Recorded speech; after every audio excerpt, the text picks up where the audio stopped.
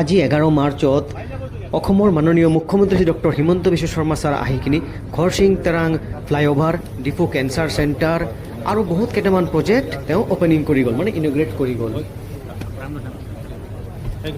এয়া প্ৰথমে তেওঁ আহি উপস্থিত হ'ল খৰচিং তেৰাং ফ্লাইঅভাৰত।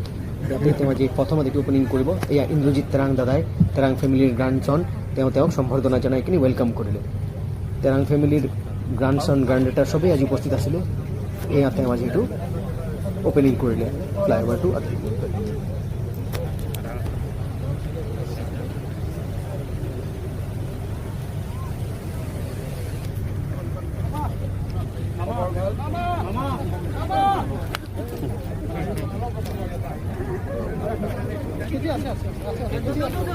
নাৰিকল ফুটাই কিনি শুভাৰম্ভ কৰিলে।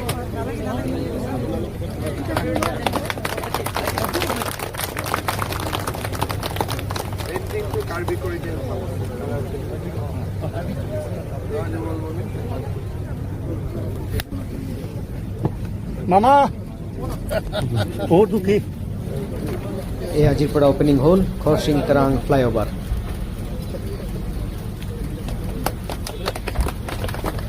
তেৰাং